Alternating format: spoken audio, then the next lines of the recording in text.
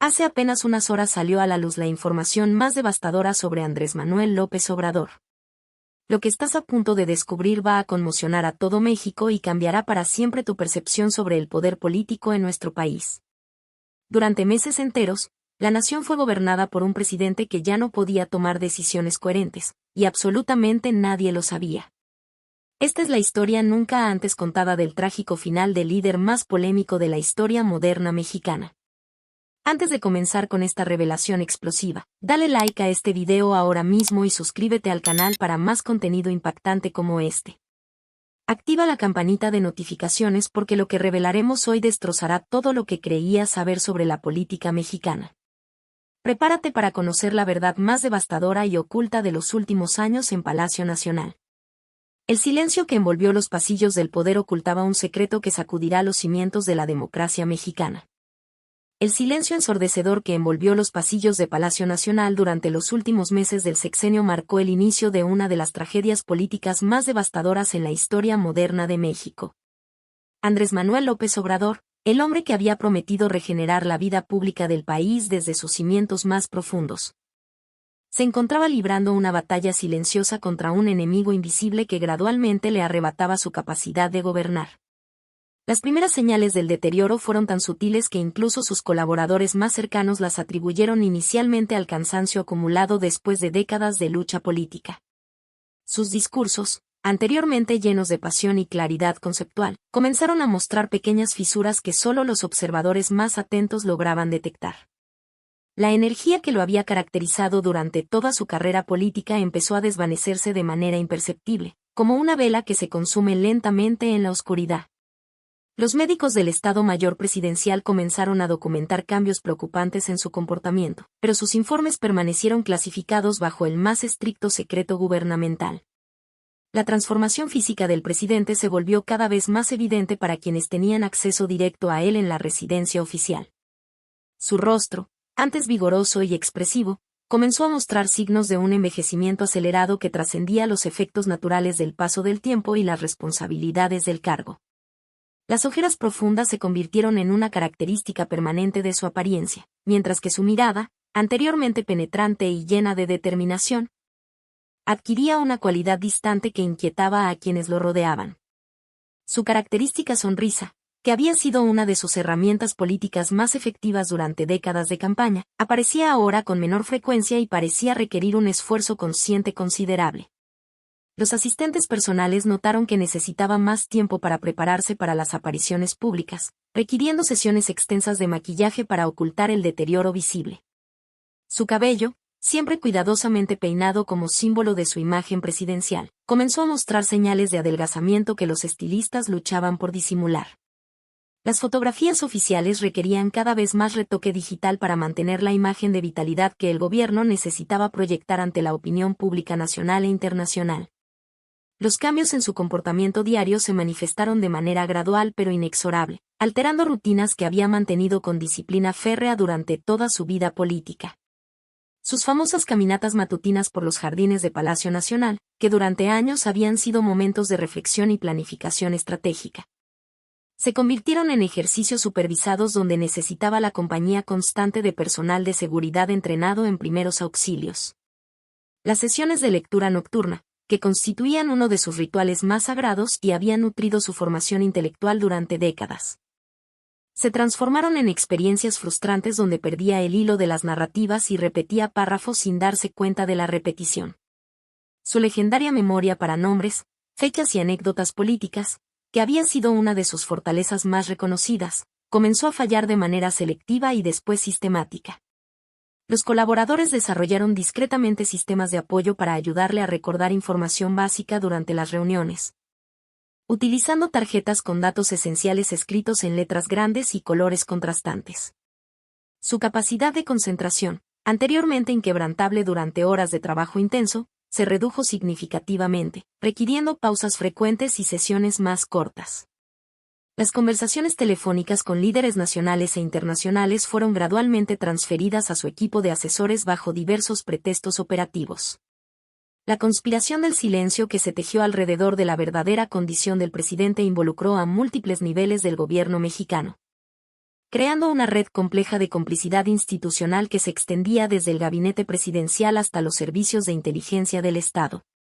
Los funcionarios de más alto rango desarrollaron un código no verbal sofisticado para comunicarse sobre la situación del presidente sin jamás verbalizarla explícitamente, manteniendo la ficción oficial de normalidad gubernamental.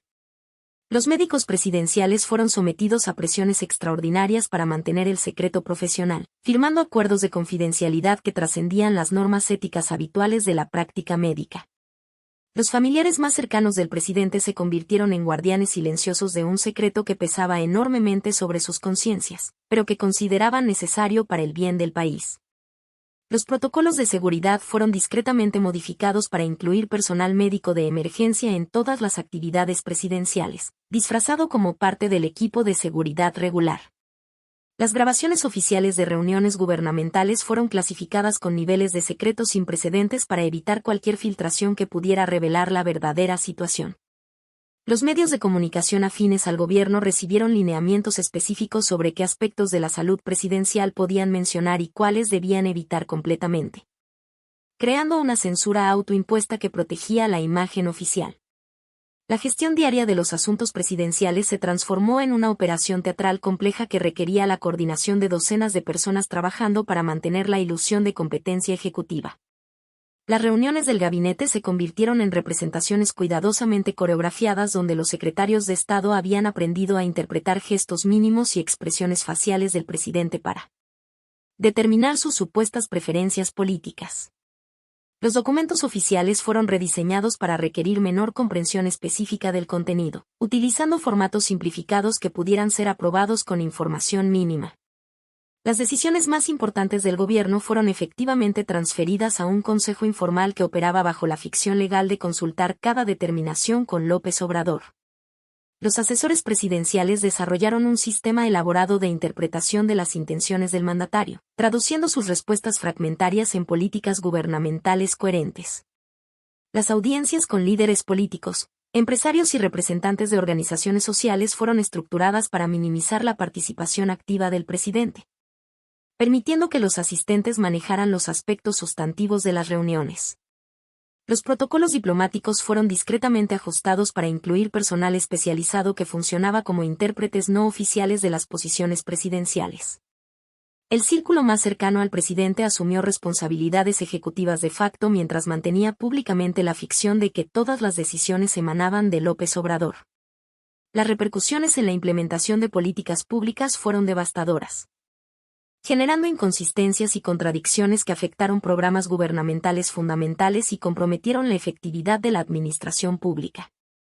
Los programas sociales emblemáticos del gobierno, que habían sido diseñados como pilares de la transformación nacional, comenzaron a experimentar fallas operativas sistemáticas debido a la falta de dirección ejecutiva clara y consistente. Las instituciones gubernamentales operaban cada vez más de manera autónoma, tomando decisiones importantes sin la guía presidencial que había caracterizado los primeros años del sexenio y que había sido fundamental para mantener la coherencia ideológica del proyecto transformador. Los funcionarios de nivel medio reportaron una parálisis creciente en sus capacidades de toma de decisiones, ya que las directrices desde la presidencia se volvieron esporádicas, contradictorias o completamente ausentes. La coordinación entre las diferentes secretarías de Estado se deterioró significativamente, creando duplicaciones de esfuerzos en algunas áreas y vacíos completos de responsabilidad en otras. Los presupuestos gubernamentales fueron manejados de manera cada vez más errática, con asignaciones que no correspondían a las prioridades previamente establecidas por la administración. Las políticas de comunicación gubernamental perdieron coherencia, generando mensajes contradictorios que confundían tanto a los funcionarios encargados de implementarlas como a los ciudadanos que dependían de la claridad gubernamental. Los plazos para la implementación de programas importantes fueron incumplidos sistemáticamente debido a la falta de supervisión presidencial efectiva. El deterioro de la salud mental del presidente se manifestó de manera particularmente cruel en sus famosas conferencias matutinas, que se transformaron de ejercicios de comunicación política efectiva en espectáculos dolorosos que la población mexicana presenció con una mezcla de compasión, horror y creciente preocupación nacional. Sus respuestas a las preguntas de los periodistas se volvieron cada vez más desconectadas de la realidad contemporánea. divagando por recuerdos de su infancia en Tepetitlán y citando pasajes de libros que había leído en décadas anteriores sin relación alguna con los temas de actualidad. Los momentos de lucidez se volvieron cada vez más esporádicos y breves, intercalados con periodos prolongados de confusión evidente que el equipo de comunicación luchaba desesperadamente por editar en las transmisiones posteriores. Los reporteros acreditados desarrollaron una especie de código ético no escrito para evitar hacer preguntas que pudieran exponer la vulnerabilidad del presidente. Pero esta autocontenencia periodística no pudo ocultar completamente la evidencia del declive cognitivo. Las anécdotas que había contado cientos de veces durante su carrera política comenzaron a mezclarse en narrativas incoherentes que saltaban entre diferentes periodos históricos sin conexión lógica aparente.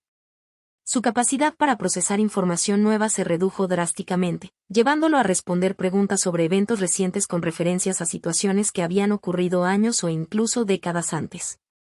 Los camarógrafos recibieron instrucciones cada vez más específicas sobre ángulos de filmación que ocultaran los momentos de mayor confusión, mientras que los técnicos de sonido aprendieron a cortar discretamente los micrófonos cuando el presidente comenzaba a hablar sin coherencia aparente.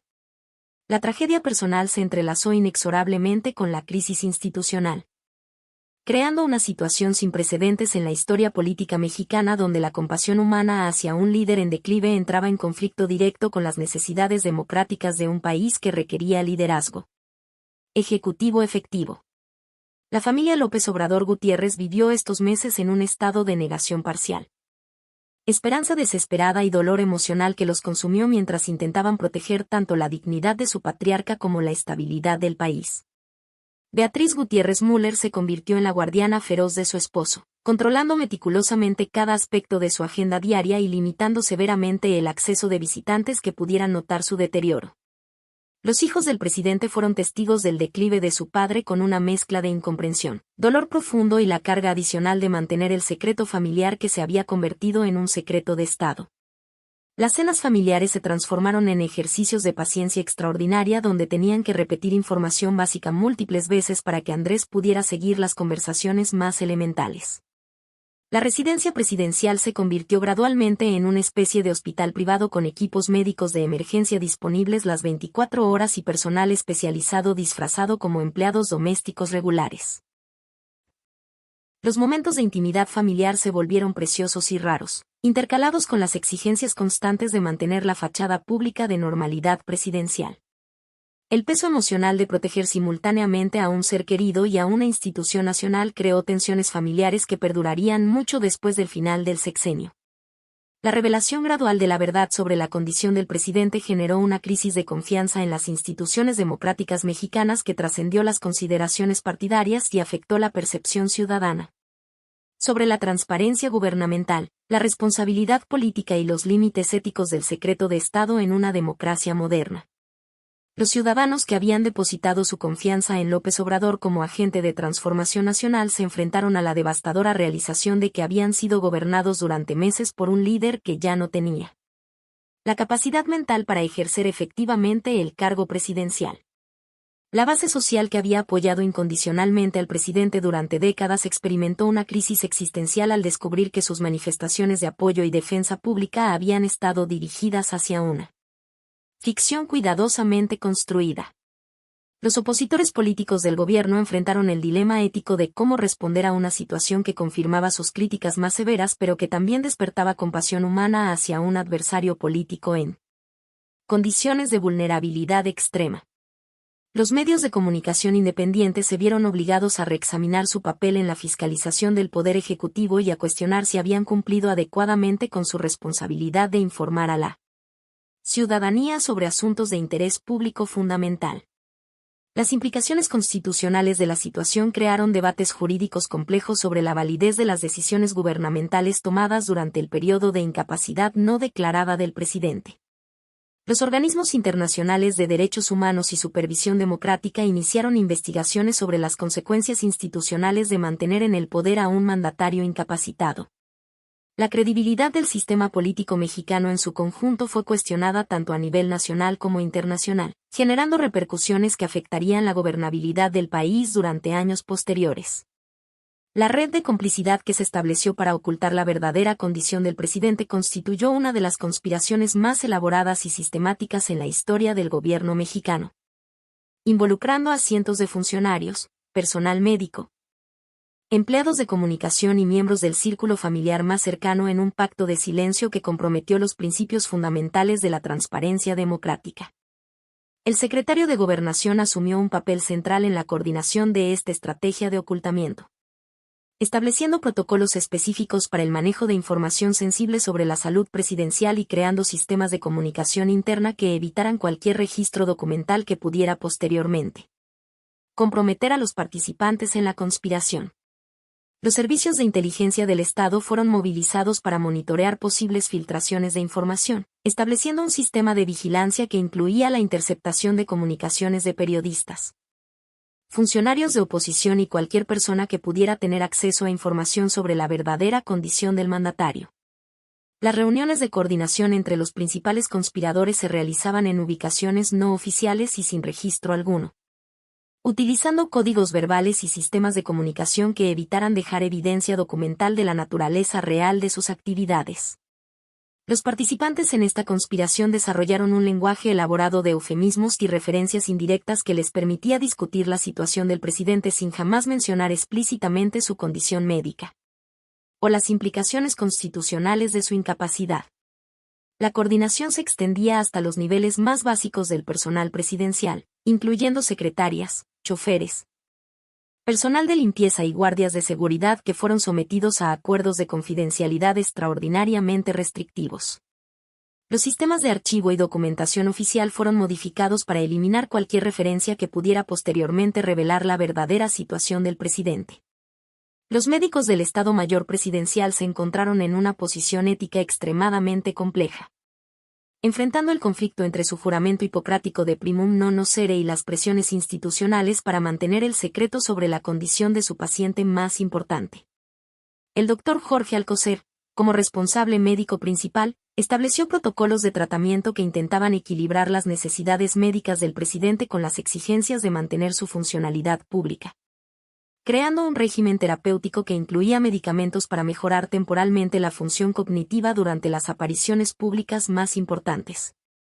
Los informes médicos fueron redactados utilizando terminología técnica deliberadamente ambigua que podía ser interpretada de múltiples maneras, evitando diagnósticos específicos que pudieran posteriormente ser utilizados para cuestionar la competencia presidencial.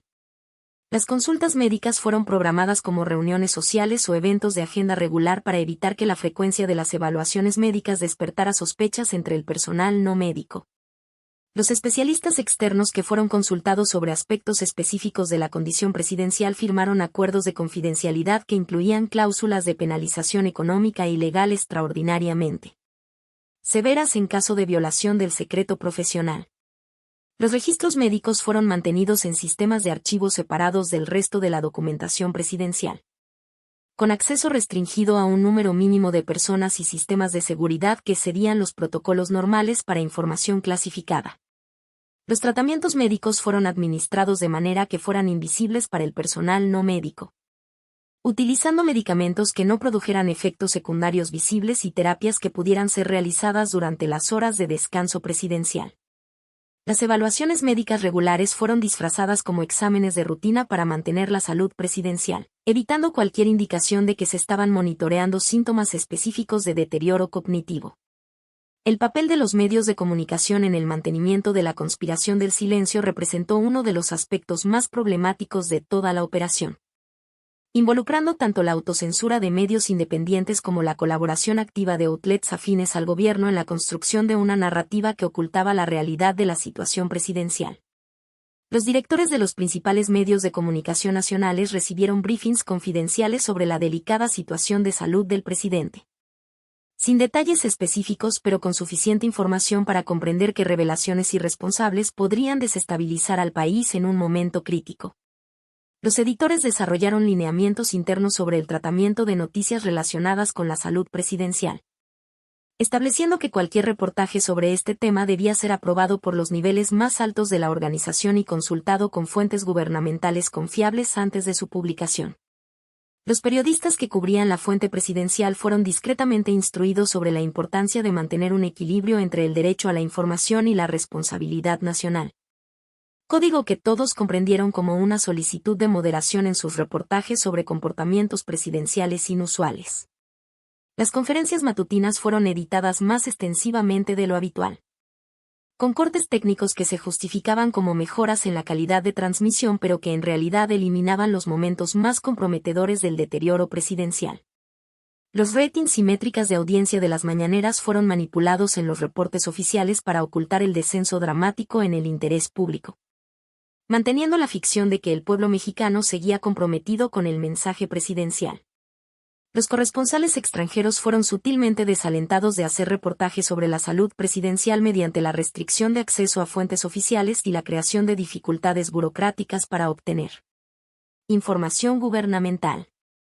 Las redes sociales fueron monitoreadas constantemente para identificar y contrarrestar rumores sobre la condición del presidente, utilizando tanto medios oficiales como cuentas aparentemente independientes para desmentir especulaciones que se acercaran demasiado a la verdad. La participación de la familia presidencial en la conspiración del silencio generó dilemas éticos y emocionales extraordinariamente complejos, ya que los miembros más cercanos del círculo familiar se vieron obligados a equilibrar su amor y lealtad hacia Andrés Manuel con las responsabilidades que sentían hacia la nación mexicana y las instituciones democráticas. Beatriz Gutiérrez Müller se convirtió en la arquitecta principal de la protección familiar del secreto, estableciendo protocolos estrictos para las interacciones del presidente con visitantes externos y desarrollando sistemas elaborados para minimizar las oportunidades de que personas ajenas al círculo íntimo pudieran observar directamente el deterioro de su esposo. Los hijos del presidente fueron instruidos sobre la importancia de mantener la dignidad familiar y nacional mediante la discreción absoluta sobre la condición de su padre, una responsabilidad que pesó enormemente sobre ellos, particularmente sobre los más jóvenes que luchaban por comprender las implicaciones de lo que estaban presenciando. Las reuniones familiares se convirtieron en sesiones de coordinación donde se discutían estrategias para el manejo de situaciones específicas, desde cómo responder a preguntas de amigos y conocidos hasta cómo manejar las apariciones públicas del presidente en eventos familiares. Los empleados domésticos de la residencia presidencial fueron cuidadosamente seleccionados por su lealtad y discreción, firmando acuerdos de confidencialidad que se extendían más allá del término del sexenio y que incluían provisiones para el cuidado económico de sus familias a cambio de su silencio perpetuo. Las comunicaciones familiares fueron modificadas para evitar referencias directas a la condición del presidente, desarrollando un código familiar de eufemismos y referencias indirectas que permitía discutir la situación sin jamás verbalizarla explícitamente. Los eventos sociales de la familia fueron gradualmente reducidos y posteriormente eliminados para evitar situaciones donde el deterioro del presidente pudiera ser observado por personas externas al círculo de confianza. Las decisiones sobre el tratamiento médico del presidente se tomaron en consulta con consideraciones políticas, equilibrando las recomendaciones médicas con las necesidades de mantener la funcionalidad pública mínima necesaria para preservar la estabilidad gubernamental. La modificación de los protocolos de seguridad presidencial para acomodar la condición del mandatario representó una operación logística extraordinariamente compleja que requirió la reconfiguración de procedimientos establecidos y la capacitación especializada de personal de seguridad en técnicas de asistencia médica y manejo de crisis de salud. Los agentes del Estado Mayor Presidencial recibieron entrenamiento adicional en primeros auxilios especializados, incluyendo técnicas para el manejo de episodios de desorientación, crisis de ansiedad y situaciones médicas de emergencia que pudieran presentarse durante eventos públicos sin crear alarma entre los asistentes. Los vehículos presidenciales fueron discretamente equipados con equipos médicos de emergencia adicionales, incluyendo sistemas de oxígeno portátil, medicamentos para estabilización cardiovascular y comunicación directa con equipos médicos especializados que podían ser activados inmediatamente en caso de crisis. Las rutas presidenciales fueron modificadas para asegurar acceso inmediato a facilidades médicas en caso de emergencia, con hospitales específicos preavisados sobre la posibilidad de recibir al presidente sin previo aviso y personal médico especializado mantenido en estado de alerta constante. Los eventos públicos fueron reestructurados para minimizar el tiempo de exposición del presidente y maximizar las oportunidades de retiro discreto en caso de que su condición se deteriorara durante el evento. Los sistemas de comunicación fueron modificados para incluir códigos específicos que permitieran al personal de seguridad alertar discretamente sobre problemas de salud presidencial sin crear pánico o revelar información sensible a personas no autorizadas. Las audiencias presidenciales fueron limitadas en duración y estructuradas para minimizar las demandas cognitivas sobre el presidente, con briefings previos más extensos y sistemas de apoyo discreto durante las reuniones. Los protocolos de emergencia fueron expandidos para incluir escenarios específicos relacionados con incapacidad presidencial temporal, estableciendo cadenas de comando claras y procedimientos para el manejo de crisis sin revelar la naturaleza real de la situación. La coordinación internacional de la conspiración del silencio requirió una diplomacia extraordinariamente delicada para mantener las relaciones bilaterales normales mientras se ocultaba la verdadera condición del presidente de líderes extranjeros y organismos internacionales que requerían interacción directa con el mandatario mexicano. Los embajadores mexicanos en el extranjero recibieron instrucciones confidenciales sobre cómo manejar preguntas sobre la salud presidencial, desarrollando respuestas estándar que minimizaran las especulaciones sin proporcionar información específica que pudiera ser posteriormente verificada o contradecida. Las reuniones bilaterales con líderes extranjeros fueron cuidadosamente estructuradas para minimizar las oportunidades de interacción prolongada que pudieran revelar el deterioro cognitivo del presidente, utilizando formatos más ceremoniales y menos sustantivos que en años anteriores. Los organismos internacionales fueron informados discretamente sobre consideraciones especiales de salud que requerían modificaciones en los protocolos habituales de interacción con el presidente mexicano, sin proporcionar detalles específicos sobre la naturaleza de estas consideraciones. Las comunicaciones diplomáticas oficiales fueron gradualmente transferidas a otros funcionarios gubernamentales bajo pretextos de optimización de recursos y delegación de responsabilidades, manteniendo la ficción de que estas transferencias respondían a consideraciones de eficiencia administrativa. Los viajes presidenciales al extranjero fueron cancelados o pospuestos bajo justificaciones de agenda nacional, evitando situaciones donde el deterioro del presidente pudiera ser observado directamente por líderes extranjeros y personal diplomático internacional. Las cumbres internacionales que requerían participación presidencial fueron manejadas mediante delegaciones de alto nivel que actuaban en representación directa del presidente, manteniendo la participación mexicana sin exponer las limitaciones del mandatario. Los protocolos de comunicación con la Casa Blanca, la Unión Europea y otros socios estratégicos fueron modificados para incluir canales alternativos de comunicación que no dependieran de la participación directa del presidente en conversaciones sustantivas sobre política internacional. La gestión de la información clasificada y los asuntos de seguridad nacional durante el periodo de incapacidad presidencial creó vulnerabilidades institucionales significativas y requirió la implementación de protocolos extraordinarios para mantener la seguridad del Estado mientras se preservaba la ficción de competencia ejecutiva. El Centro Nacional de Inteligencia estableció procedimientos especiales para el manejo de información sensible que normalmente requería decisiones presidenciales directas, creando un sistema de delegación encubierta donde las decisiones más críticas eran tomadas por un comité informal sin reconocimiento oficial de que el presidente no estaba en condiciones de ejercer estas responsabilidades. Los informes de inteligencia fueron modificados para incluir menos información específica y más recomendaciones directas, reduciendo las demandas cognitivas sobre el presidente mientras mantenían la apariencia de que estaba completamente informado sobre amenazas a la seguridad nacional. Las reuniones del Consejo de Seguridad Nacional fueron reestructuradas para minimizar la participación activa del presidente, utilizando formatos donde su presencia era más ceremonial que sustantiva pero manteniendo la ficción legal de que era él quien tomaba las decisiones finales. Los protocolos de autorización para operaciones de seguridad fueron discretamente modificados para permitir la implementación de decisiones críticas sin la participación cognitiva completa del presidente, utilizando sistemas de autorización por gestos y señales que pudieran ser interpretados como aprobación presidencial. Las comunicaciones con comandantes militares fueron gradualmente transferidas a través de intermediarios que interpretaban las intenciones presidenciales, manteniendo la cadena de comando oficial mientras protegían la información sobre la verdadera condición del comandante en jefe. Increíble. Lo que acabas de presenciar es solamente la punta del iceberg de uno de los secretos más oscuros y perturbadores de la política mexicana contemporánea.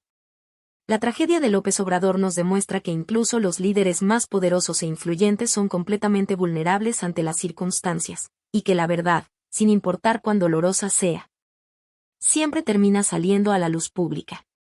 Muchísimas gracias por todos sus comentarios increíbles y por el apoyo constante que recibe este canal.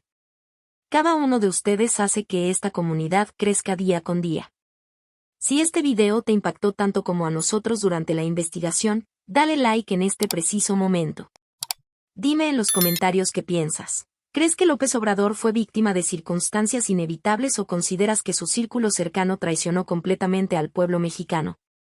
Comenta tu opinión sin censura y recuerda suscribirte para más revelaciones explosivas que van a sacudir México desde sus cimientos. Nos vemos en el próximo video con más secretos del poder.